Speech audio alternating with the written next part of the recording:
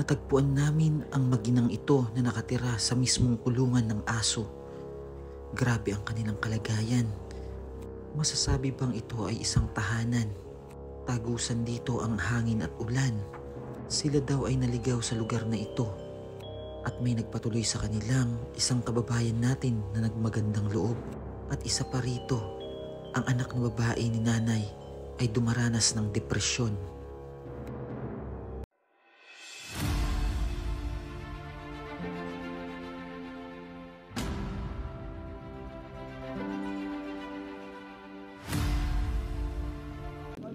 Yan mga kababayan, magandang gabi po sa ating lahat. At pupuntahan po natin dito yung natagpuan po natin na dalawang mag-ina na nakatira po sa parang kulungan lamang po ng aso. Tara po mga kababayan at puntahan po natin yung kanilang tahanan. Kasama ko pala si RJ, Ricky Vlog 2.0 at si Ricky Vlog yung nagka-camera sa atin.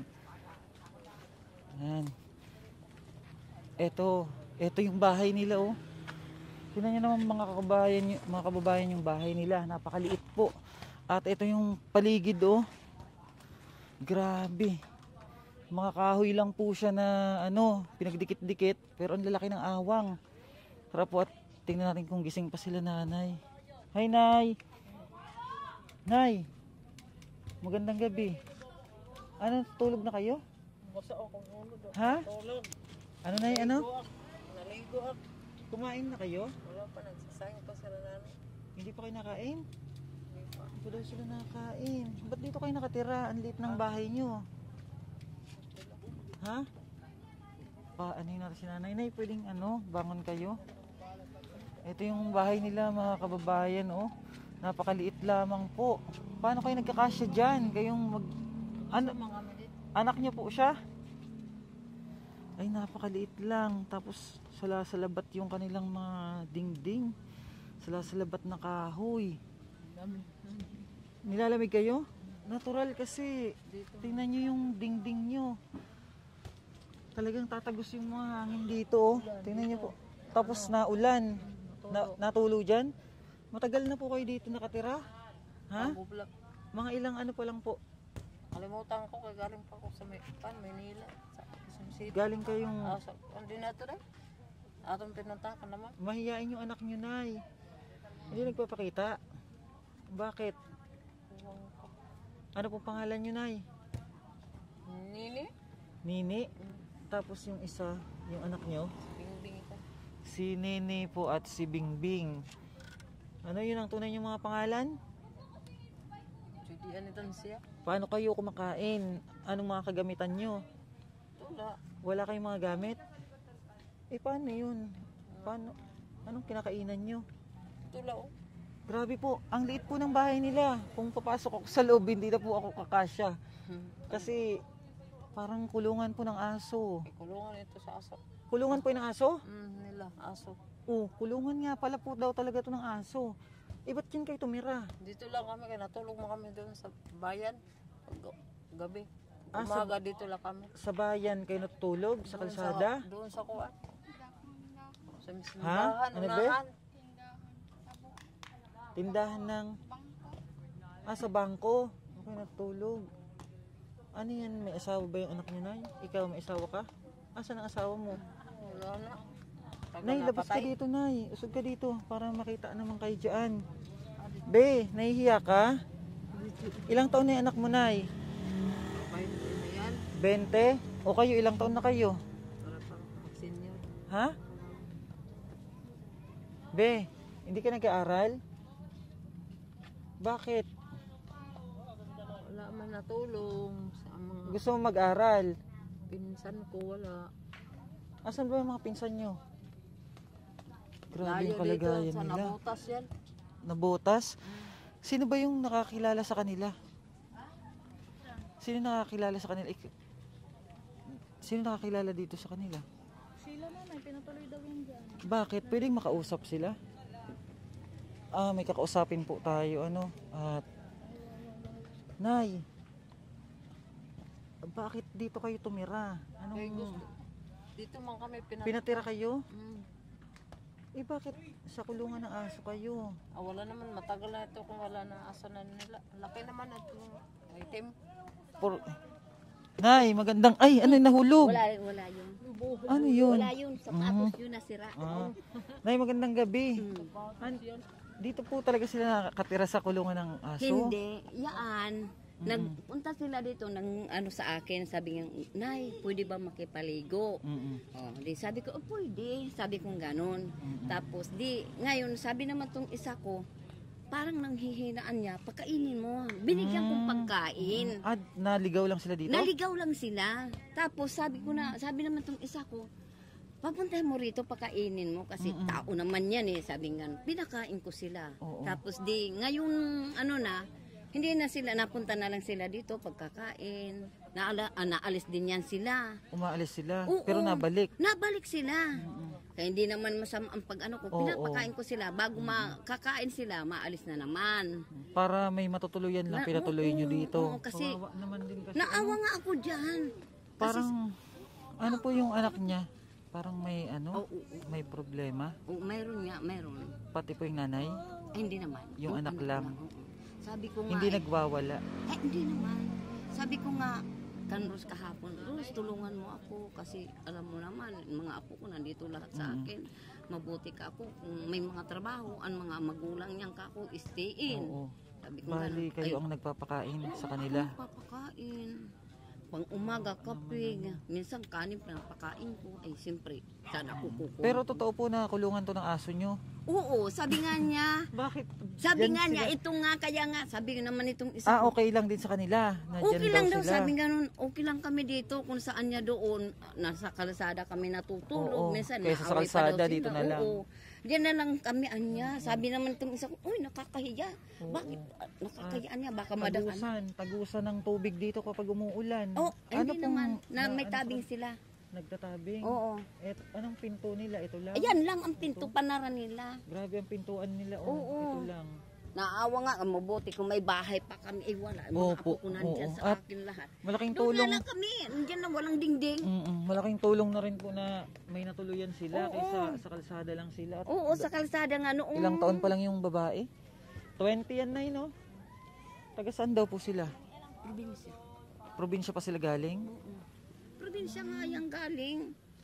Mahiyain kasi yung isa. Oo, mahihain Hindi nga. nagsasalita. Kaya nga dito nga, kinakausap nga namin ng mga bata. Sabi ko naman, huwag kang mahiya, kausapin mo yan. Mga bata naman kako yan. Oo. Hindi siya nagsasalita, pero nagsasalita kay mama niya. Salamat po at na patuloy niyo sila. Ayan Ngayon, na nga. Nay, yung anak niyo ba may depression? Wala agad. Ha? Wala? Eh bakit? Medyo yun tiyan niya parang nalaki.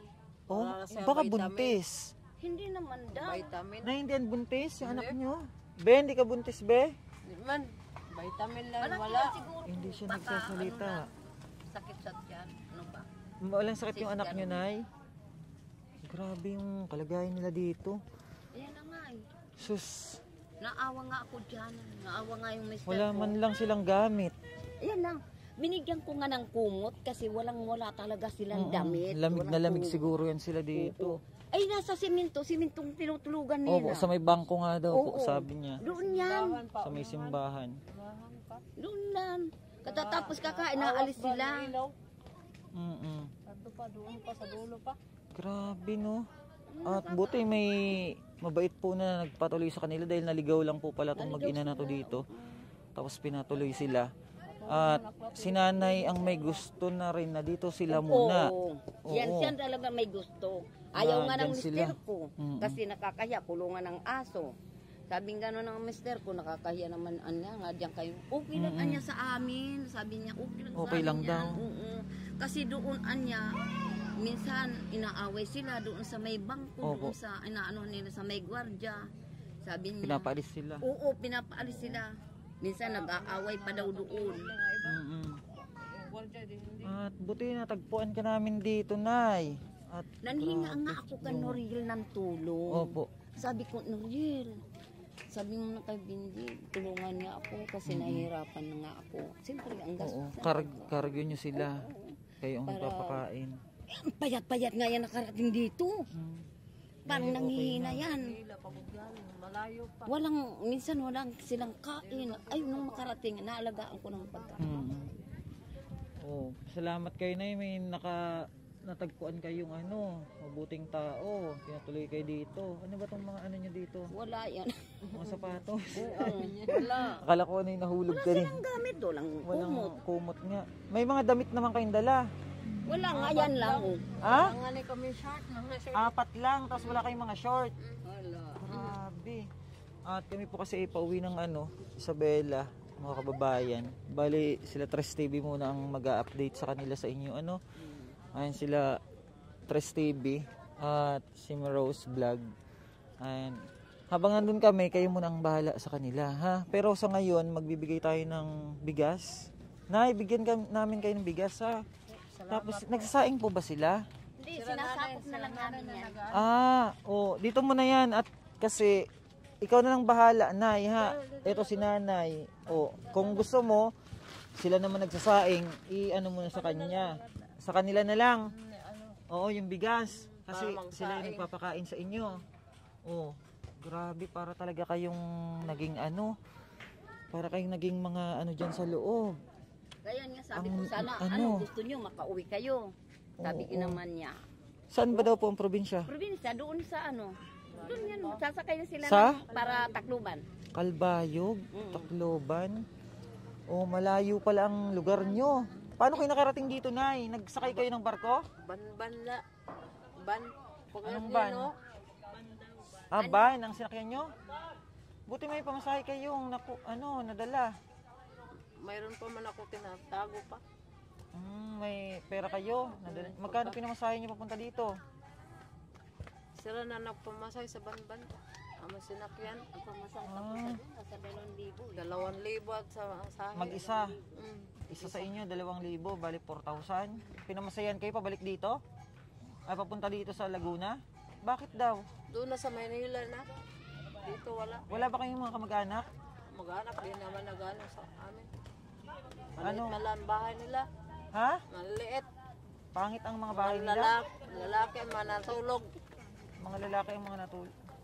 Parang may na rin to si Nanay, no? May na kayo, Nay? Salita siya, pero maayos naman. Baka nalilipasan kayo ng gutom sa kalsada noon. Oo daw. Parang may depression tong mag-ina na to. Ang may Sa- problema yung anak. Kasi, parang Ano po, naririnig nyo minsan nag-ano yung anak? hindi naman. Nagsasalita lang siya. Nananak- Minsan natakbo lang. Natakbo? Oo, minsan. Hinahabol naman ng ina. Sasakuan. Akong pamangkin. Bakit, Nay? Anong nangyayari sa anak nyo? Bakit nananakbo daw yan? Pumunta lang ato sa akong pamangkin sa kuan.